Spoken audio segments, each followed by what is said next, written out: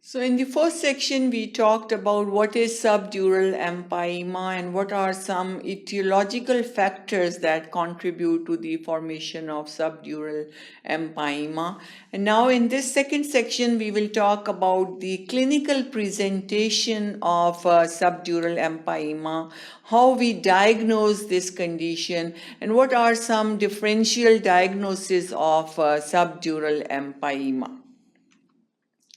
So the clinical presentation of subdural empyema, how the patient with formation of abscess or pus in the space between the dura mater and arachnoid mater will present.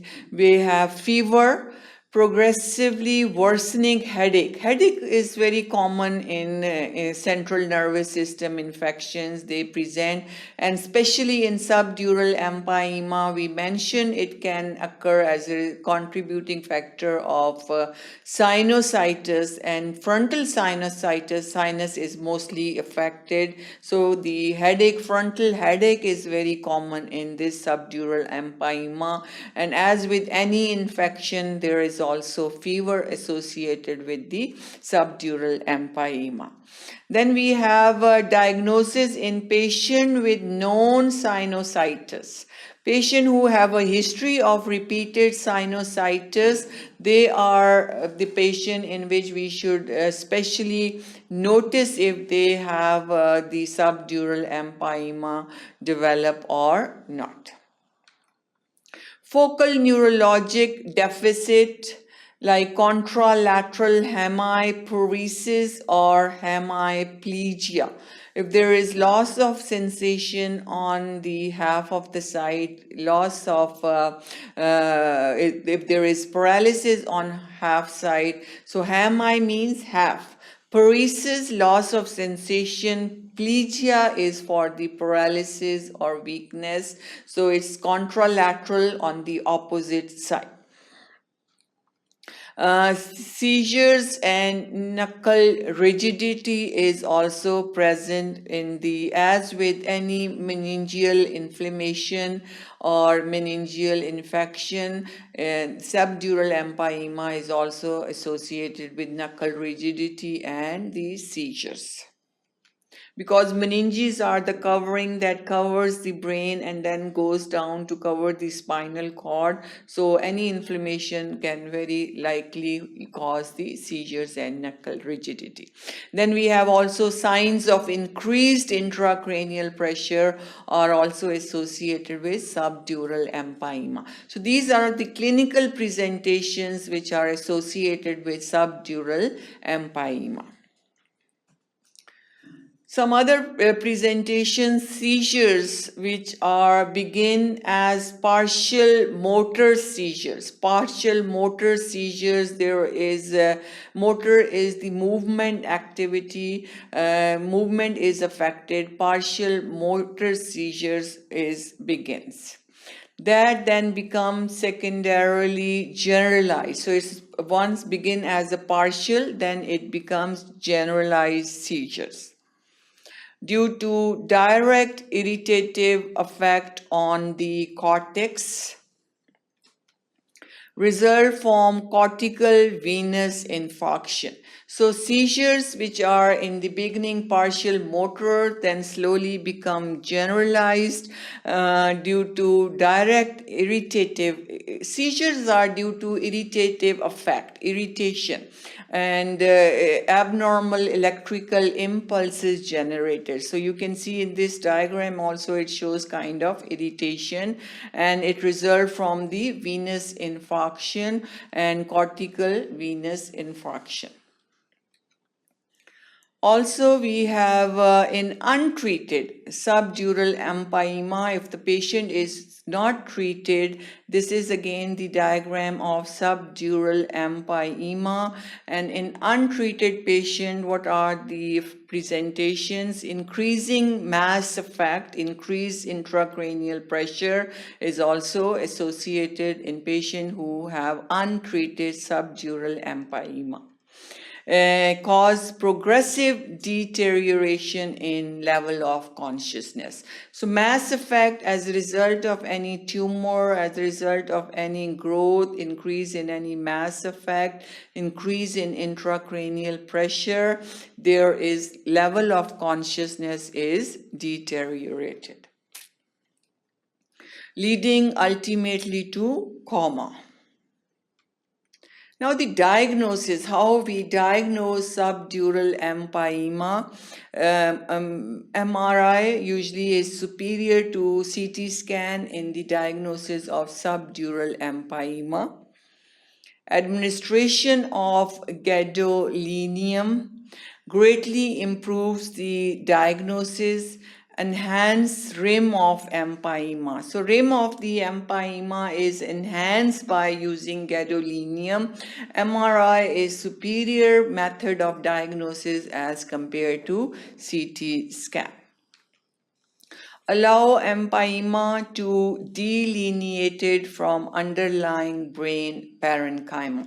So it gives the clear rim, clear margin of the empyema, so we can easily differentiate between whether this is the empyema or it's the brain parenchyma.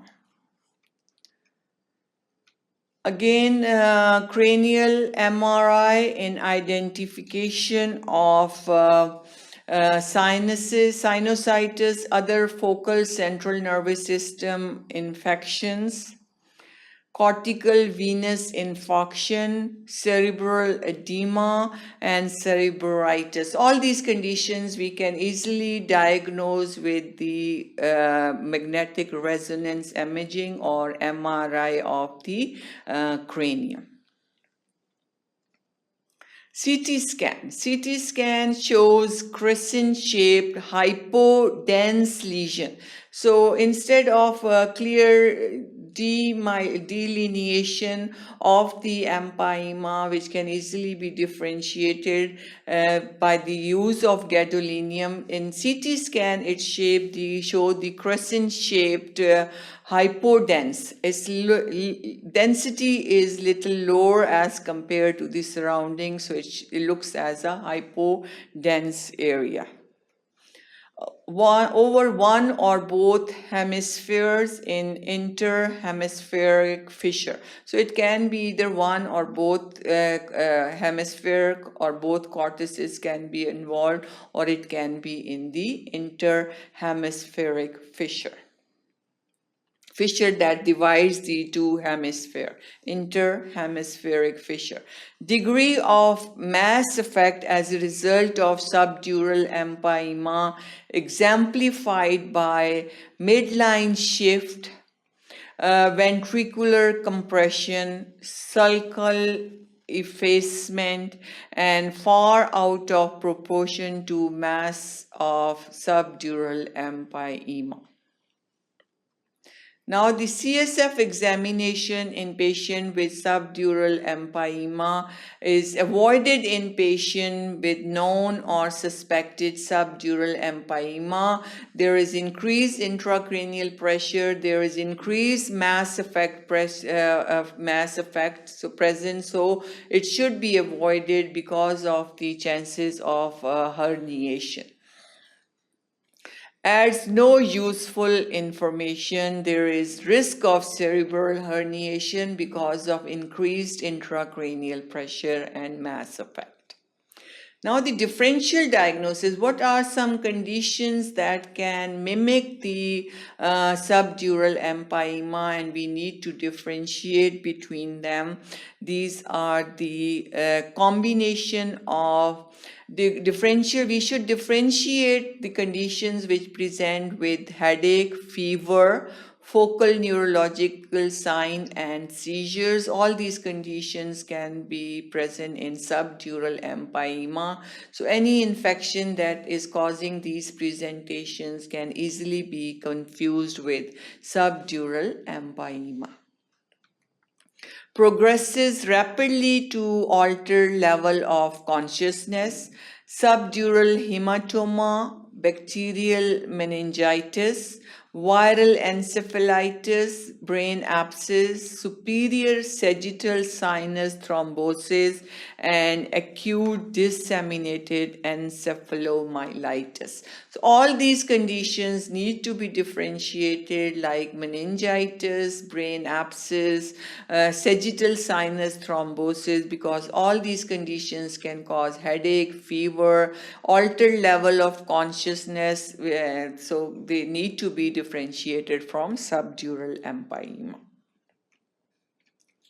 Also, presence of knuckle rigidity is associated, unusual with epidural empyema. So that is one differentiating point, because epidural empyema is most common condition that can be associated with subdural empyema, or the associated infection with subdural empyema. So in this case, important differentiating point is there is no knuckle rigidity. Suggests possibility of subdural empyema when it is associated with significant focal neurologic signs, fever. So it's more common in subdural empyema. So that was all about this section. Thank you for watching sqadia.com.